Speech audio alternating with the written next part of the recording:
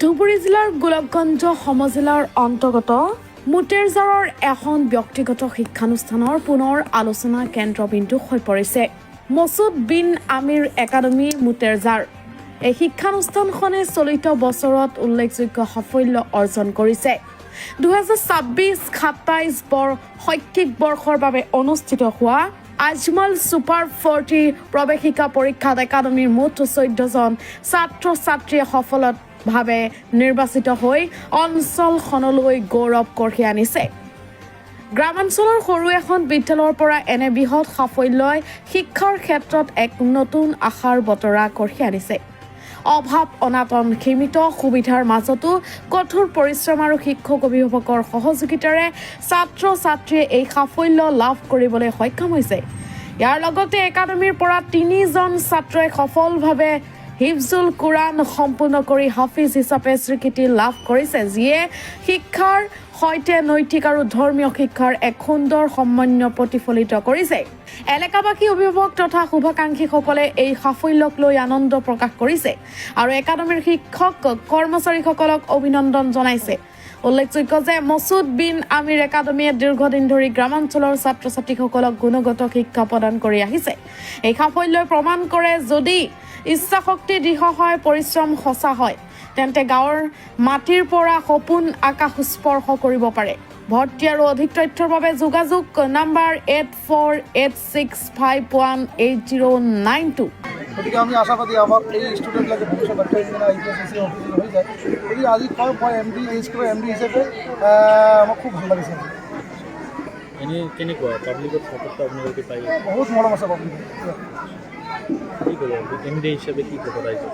মই MD হিচাপে মই ৰাইজক এইটো ক'ব বিচাৰিছোঁ যে আপোনালোকৰ প্ৰত্যেকজন ৰাইজৰ যাতে সহানুভূতি থাকে আৰু দোৱা আশীৰ্বাদ থাকে, আমি যাতে আপোনালোকৰ ৰাইজৰ ক্ষেত্ৰত কৰিব পাৰোঁ।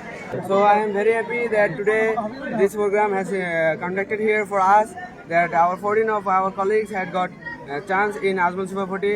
We have done many hard work, and with the blessing of Allah and the prayer of you all, we have got selected in Azmul Super 40.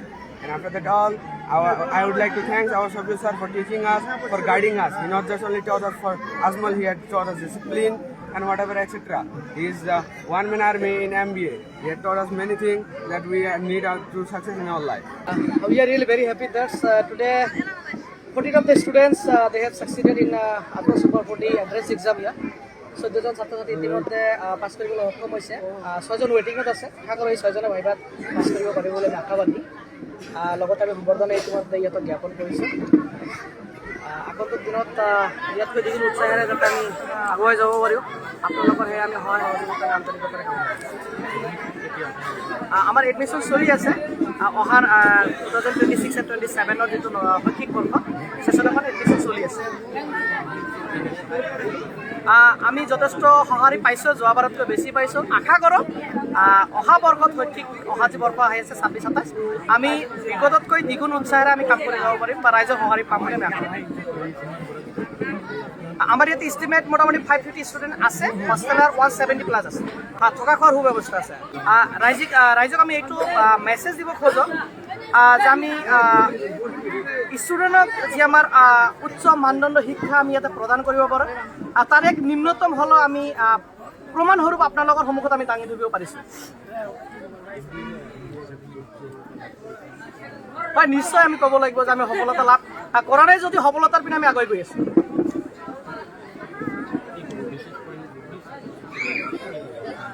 হয়, আমি ছাত্ৰ ছাত্ৰীক এটাই অনুৰোধ বা আহ্বান জনাম যে আজিৰ ছাত্ৰ কালিৰ ভৱিষ্যত।